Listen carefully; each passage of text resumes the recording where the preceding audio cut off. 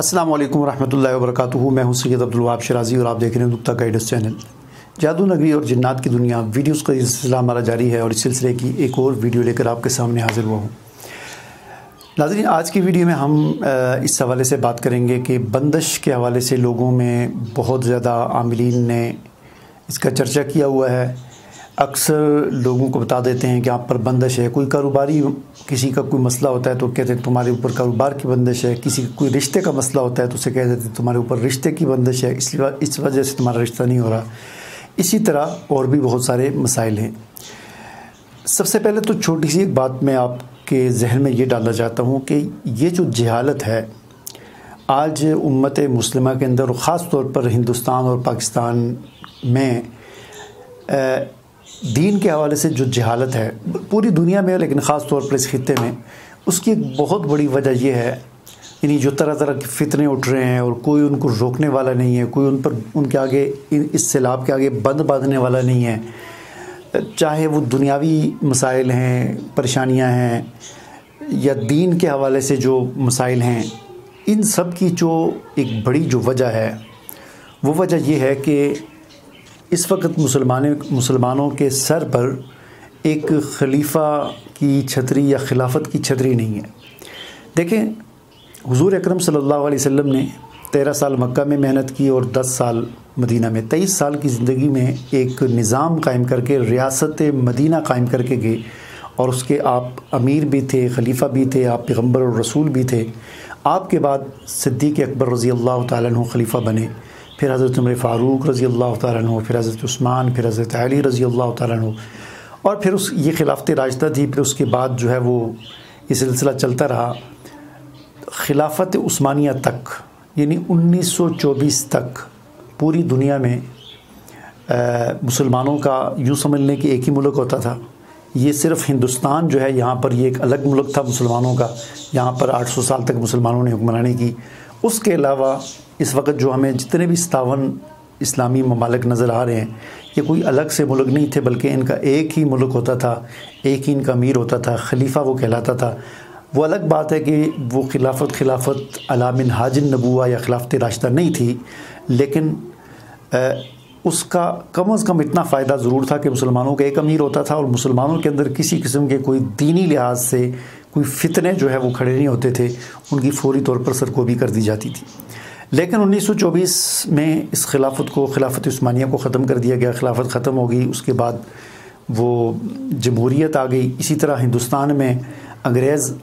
آیا 18ویں صدی میں، تو 200 سال تک وہ یہاں پر رہا، اور اس نے یہاں پر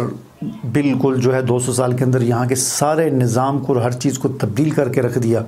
اور اسی دوران، اس عرصے کے دوران، یعنی جو پچھلی جو 20ویں صدی گزری ہے، اس کے دوران اسلام اور مسلمان انتہائی زوال کا جو ہے وہ دنیا میں شکار ہو گئے، اور طرح طرح کے فتنے، طرح طرح کے مسلک، طرح طرح کے فرقے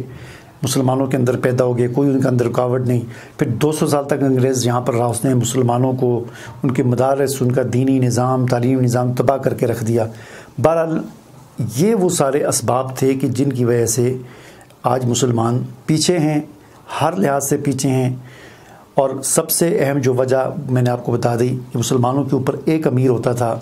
جس کی چھتری تلے سارے مسلمان متفق اور متحد ہوتے تھے، اور کوئی بڑا فتنہ وغیرہ کوئی سر نہیں اٹھا سکتا تھا۔ تو آج یہ تمام مسائل اسی وجہ سے ہیں۔ تو آج کی ویڈیو میں جس حوالے سے میں نے ایک بات کرنی ہے وہ یہ ہے کہ اکثر ایسا ہوتا ہے کہ لوگ جاتے ہیں کسی عامل کے پاس، تو وہ آگے سے کہہ دیتا ہے، کوئی کہتا ہے میری دکان نہیں چلتی، میرا کاروبار نہیں چلتا، وہ کہتے ہیں تم پر کاروبار کی بندش ہے، کہتا ہے ہمارا رشتہ نہیں ہو رہا، وہ کہتے ہیں تم پر شادی کی بندش ہے، وغیرہ وغیرہ، اس طرح کے مسائل ہوتے ہیں۔ دیکھیں، بندش جو ہے نا، اس بات کو آپ یاد رکھیں کہ یہ ایک ویسے ہی بنائی ہوئی چیز ہے، ٹھیک ہے نا، عاملین کی طرف سے ایک لفظ گھڑ دیا گیا ہے، اور لوگوں پر وہ سوار ہو گیا کہ یہ بھی کوئی چیز ہوتی ہے۔ جیسا کہ میں اکثر اپنی ویڈیوز میں بتاتا رہتا ہوں کہ تمام مصائب اور پریشانیاں اللہ کی طرف سے آتی ہیں، تو اگر کسی چیز میں کوئی رکاوٹ ہے تو وہ بھی اللہ کی طرف سے ہے، ٹھیک ہے نا، اس کو ختم بھی اللہ ہی نے کرنا ہے۔ یہ عاملین، یہ جادوگر، یہ تعویذوں والے، تویزوں کی پرچیاں، یہ چیزیں ان چیزوں کو ختم نہیں کر سکتی۔ ہم اگر اللہ کی طرف متوجہ ہوں گے، اللہ کی طرف دھیان کریں گے، تقوی کی زندگی اختیار کریں گے اور اللہ کو راضی کرنے کی کوشش کریں گے، صلاۃ حاجت پڑھیں گے، صلاۃ توبہ پڑھیں گے، اللہ سے معافی مانگیں گے، تو ہماری یہ بندشیں، رکاوٹیں خود بہت ختم ہو جائیں گی۔ جہاں تک کاروبار کی بندش کا تعلق ہے یا کاروباری مسائل کا تعلق ہے، ہم اس بات پر تو غور نہیں کرتے کہ کہیں ہمارا کاروبار دیکھیں، دنیا کو اللہ تعالیٰ نے کچھ اسباب کے ساتھ جوڑا ہے۔ دنیا کو اللہ تعالیٰ نے کچھ اسباب کے ساتھ جوڑا ہے کہ اگر ایسا ہوگا تو ایسا ہوگا، اگر یوں ہوگا تو یوں ہوگا۔ یہ دنیا اسی طرح چلتی ہے، یہ پوری دنیا کو اللہ تعالیٰ نے اس طرح اسباب کے ساتھ جوڑا ہوا ہے۔ سورج نکلتا ہے تو روشنی ہوتی ہے، سورج غروب ہوتا ہے تو اندھیرا ہو جاتا ہے، ٹھیک ہے نا۔ پھر چاند ہے وہ اپنی ایک روٹین سے چلتا رہتا ہے، ستارے ہیں ان کا اپنا ایک نظام ہے۔ تو ہم بیج اگر ہتھیلی پہ رکھو تو کبھی نہیں اگے گا، لیکن اسی بیج کو ہم مٹی میں دبا دیتے ہیں تو اگ جاتا ہے۔ تو دنیا کا ایک سسٹم ہے۔ اسی طرح یہاں پر کاروبار کرنے کا بھی ایک نظام ہے، سسٹم ہے۔ اس کاروبار کرنے کے اندر ہم سے کیا غلطیاں ہوتی ہیں، ہم ان کی طرف توجہ نہیں کرتے، بلکہ ہم فوراً ہمارا ذہن اس طرف چلا جاتا ہے کہ جی یہ تو کسی نے کوئی ہم پر تویز کر دیا، اس وجہ سے ہمارا کاروبار نہیں چلتا، اور پھر ہم ہتھے چڑھ جاتے ہیں جیلی عاملوں کے اور جیلی پیروں کے اور جادوگروں کے۔ وہ تو بس آگے تیار بیٹھے ہوتے ہیں، وہ کہتے ہیں بس جی آنکھیں بند کرتے ہیں اور کہتے ہیں آپ پر بندش ہے، اور آپ کو پھر کہتے ہیں آپ یہ کریں وہ کریں، پیسے دیں، بکرا لائیں، گوشت لائیں، فلاں کریں، فلاں عود لائیں، یہ چیز لائیں، وہ چیز لائیں۔ اس طرح آپ کو وقتاً فوقتاً وہ آپ کو لوٹتے رہتے ہیں، اور ہم اس بات پر غور نہیں کرتے کہ ہم سے کیا غلطی ہو رہی ہے، کہ دنیا میں کاروبار کرنے کے جو اصول ہیں، کیا ہم ان اصولوں پر کاروبار کر رہے ہیں یا نہیں کر رہے، اور پھر اللہ تعالیٰ نے ہمیں جو شریعت کے اصول بتائے ہیں کیا ہم ان کا خیال رکھتے ہیں یا نہیں رکھتے۔ کہیں ایسا تو نہیں ہے کہ ہم اللہ کی نافرمانی کر رہے ہیں، ہم اللہ کی نافرمانی کر رہے ہیں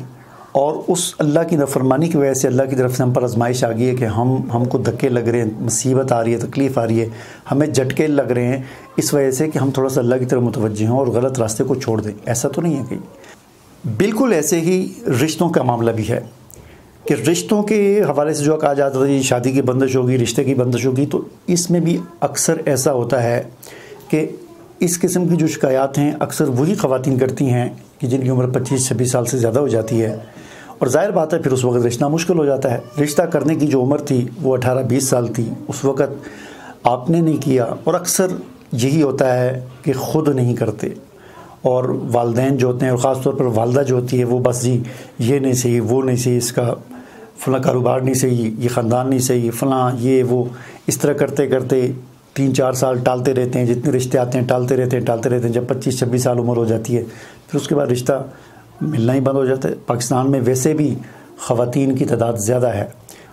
پاکستان میں کیا دنیا بھر میں ہی ایسا ہے، ہر طرف ایسا ہی ہے، تو پھر لڑکوں کے لیے تو مسئلہ نہیں ہوتا، ان کی تو خواہش یہ ہوتی ہے کہ ہم کسی 18-19 سال کی جو بچی ہوتی ہے اس کے ساتھ ہمارے بیٹے کی شادی ہو، تو وہ پھر بڑی عمر کی جو خواتین ہوتی ہیں جو ان کا اصل ٹائم ہوتا ہے اس وقت وہ ٹالتے رہتے ہیں، پھر بعد میں اس طرح ہی ہو جاتا ہے۔ جیسا کہ ایک حدیث بھی میں نے کہیں پڑھی تھی کسی کتاب میں، مجھے اب یاد نہیں آ رہا، اس کا مفہوم کچھ اس طرح کا تھا کہ جب کسی گھر میں کوئی بچی جوان ہو جاتی ہے تو اللہ تعالیٰ فرشتے کو حکم دیتے ہیں کہ وہ جا کر ان کے جو عزیز و اقارب یا لوگ ہوتے ہیں، کچھ لوگ ہوتے ہیں مطلب لڑکے والے، ان کے دل میں وہ فرشتہ جا کر یہ بات ڈالتا ہے کہ فلاں جگہ پر جا کر رشتہ مانگو، تو ان کے دل میں وہ فرشتہ الہام کرتا ہے، وہ جاتے ہیں اس بچی کا رشتہ مانگتے ہیں، لیکن والدین آگے سے انکار کر دیتے ہیں، کسی بھی وجہ سے انکار کر دیتے ہیں، اس کا کام نہیں ہے لڑکے کا، ان کا گھر صحیح نہیں ہے، ان کا فلاں نہیں ہے، یہ نہیں ہے، وہ نہیں ہے، ٹھیک ہے۔ پھر فرشتہ ایک دوسرے گھر جہاں پر لڑکا جوان ہوتا ہے ان کے دل میں ڈالتا ہے، وہ آ کر رشتہ مانگتے ہیں تو وہ لڑکی والے پھر انکار کر دیتے ہیں، فرشتہ کسی تیسرے کے دل میں ڈالتا ہے، وہ تیسرا خاندان آ کر ان سے رشتہ مانگتا ہے تو وہ لڑکی والے پھر انکار کر دیتے ہیں۔ جب 3 مرتبہ وہ انکار کر دیتے ہیں تو پھر اللہ تعالیٰ اس فرشتے سے کہتا ہے کہ بس ان کو اپنے حال پہ چھوڑ دو، یہ خود ہی کر لیں گے، اور پھر جب خود ہی پہ بات آ جاتی ہے نا تو پھر وہ معاملہ ختم ہو جاتا ہے، پھر رشتہ ملنا بڑا مشکل ہو جاتا ہے۔ اور پھر کیا ہوتا ہے، پھر جب 25-26 سال عمر ہو جاتی ہے تو پھر وہ معاملہ جو ہے فون پہ آ جاتا ہے، کھڑکانے پہ، ایک عمل کو فون کیا، دوسرے عمل کو فون کیا، ایک کے پاس گئے، دوسرے کے پاس گئے، استخارہ کریں جی میرا رشتہ نہیں ہو رہا، میرا نام یہ ہے، میری والدہ کا نام یہ ہے،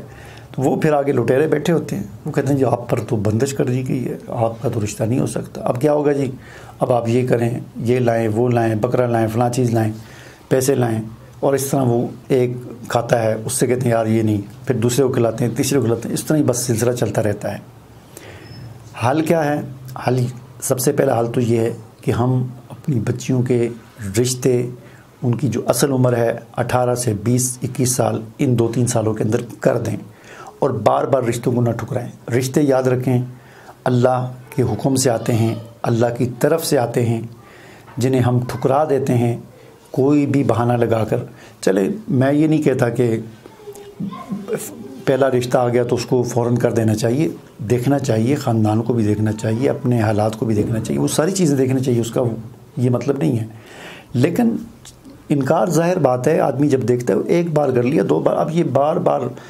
ایک دفعہ کہیں پر بات ہو رہی تھی تو ایک صاحب کہنے لگے، بڑے فخر سے کہنے لگے، میں تو بڑا حیران ہو گیا، بڑے فخر سے کہنے لگے کہ یہ میری بچی کا 14واں رشتہ ہے، اور یعنی یہ بات افسوس کے ساتھ کہنی چاہیے تھی ان کو، لیکن وہ بڑے خوشی سے کہنے لگے یہ میری بچی کا 14واں رشتہ آیا ہے، اور اس کا میں نے انکار کر دیا، اس کا بھی انہوں نے انکار کر دیا۔ ٹھیک ہے، تو یہ کوئی فخر والی بات نہیں ہوتی کہ 14 رشتے آپ نے ٹھکرا دیے، ٹھیک ہے نا۔ تو اسی وجہ سے پھر یہ اس قسم کے مسائل پیدا ہو جاتے ہیں، بعد میں عمریں بڑھ جاتی ہیں اور پھر رشتے نہیں ملتے، اور پھر پریشانی بنتی ہے، اور پھر پیسہ بھی برباد ہوتا ہے، عزتیں بھی برباد ہوتی ہیں۔ اس لیے ہمیں شریعت اور کے راستے کو، قرآن و سنت کے راستے کو اختیار کرنا چاہیے، اور جتنا جلد سے جلد ہو سکے اپنے بچوں اور بچیوں کی شادی کر دینی چاہیے، تاکہ ان مسائل کا ہمیں بعد میں سامنا نہ کرنا پڑے۔ اب ظاہر بات ہے کہ جن کے ساتھ یہ مسئلے پیدا ہو گئے ہیں تو وہ کیا کریں، تو اس کے لیے بہترین حل یہ ہے، وظیفہ میں آپ کو بتانے لگا ہوں، ایک عمل آپ کو بتانے لگا ہوں، مجرب عمل آپ کو بتانے لگا ہوں، اور قرآن و سنت سے یعنی ثابت عمل آپ کو بتانے لگا ہوں، صرف حضور صلی اللہ علیہ وسلم نہیں بلکہ 1.25 لاکھ انبیاء کی سنت آپ کو بتانے لگا ہوں، 1.25 لاکھ صحابہ کرام کی سنت آپ کو بتانے لگا ہوں، سنت عمل بتانے لگا ہوں۔ وہ کیا ہے؟ وہ یہ ہے کہ آپ والدین بھی اور بچہ اور بچی بھی، گھر والے بھی، یہ اپنا معمول بنائیں کہ روزانہ اپنے 2 رکعت نماز صلاۃ حاجت پڑھ لیں۔ صلاۃ حاجت جب میں کسی کو بتاتا ہوں، کئی لوگ ہوتے ہیں، ظاہر بات ہے جو لوگ نماز ہی نہیں پڑھتے پھر ان کو یہ بھی نہیں پتہ ہوتا صلاۃ حاجت کیا چیز ہے، وہ کہتے ہیں اس کا طریقہ بتائیں جی کیا ہے پڑھنے کا، تو اس میں بھی ظاہر ہے پھر عاملین نے بھی پتہ نہیں من گھڑت قسم کے طریقے بتا دیں۔ صلاۃ حاجت کیا ہے؟ 2 رکعت نفل پڑھنے آپ نے، اس نیت کے ساتھ کہ میری کچھ حاجات ہیں، ان حاجات کے لیے میں دعا کروں گا، تو اس کے لیے میں یہ 2 رکعت نفل پڑھتا ہوں، جس طرح ہم نماز پڑھتے ہیں اس طرح 2 رکعت نفل پڑھیں، اور اس کے بعد اول آخر درود شریف پڑھ کے گڑ گڑا کر اللہ تعالیٰ سے دعا مانگیں کہ اللہ ہمارا اس مسئلے کو حل فرما۔ تو یہ 2 رکعت نفل پڑھ کے، صلاۃ حاجت پڑھ کے اللہ سے مانگنا، یہ نبیوں کا بھی طریقہ ہے۔ بڑے سے بڑے مسئلے نبی انبیاء کرام اس سے حل کیا کرتے تھے، صحابہ کرام اس سے حل کیا کرتے، اپنے ایک تسمہ بھی ٹوٹتا تھا تو وہ بھی اللہ سے مانگتے تھے، اور بڑے سے بڑا اور مشکل سے مشکل مرحلہ ہوتا تھا۔ آپ اندازہ لگائیں کہ جنگ بدر کتنا اسلام کا عظیم الشان معرکہ ہے، اور کتنا مشکل کام تھا، کتنا بڑا کام تھا، اس کو بھی حضور صلی اللہ علیہ وسلم نے 2 رکعت نفل کے ذریعے اللہ تعالیٰ سے مانگ کر اس کو جو ہے وہ اس جنگ میں فتح حاصل کی۔ تو بڑا کام ہو چھوٹا کام ہو، 2 رکعت نفل اللہ تعالیٰ سے۔ اب اس کے صرف یہی نہیں ہے کہ آپ بس ایک دن پڑھ لیا، اپنا معمول بنائیں، روز کی روٹین بنا لیں۔ جس وقت مکروہ ٹائم جو ہیں 3 ان کے علاوہ، یا عصر کے بعد آپ نہیں پڑھ سکتے، فجر کی فرضوں کے بعد نہیں پڑھ سکتے، اس کے علاوہ جب مرضی پڑھیں۔ بہتر یہ ہے کہ آپ عشاء کے بعد پڑھیں، اور کیونکہ خاموشی کا پرسکون ماحول ہوتا ہے، تنہائی میں 5-10 منٹ لگائیں، 2 رکعت نفل پڑھیں، اس کے بعد درود شریف پڑھیں اور اللہ سے مانگیں، روزانہ کا اپنا معمول بنائیں۔ اور صرف رشتوں کا مسئلہ نہیں، چاہے وہ کاروبار کا مسئلہ ہو، کوئی بھی مسئلہ ہو، اپنے تمام مسائل کو اس طریقے سے حل کریں۔ اجازت دیجیے، اللہ حافظ۔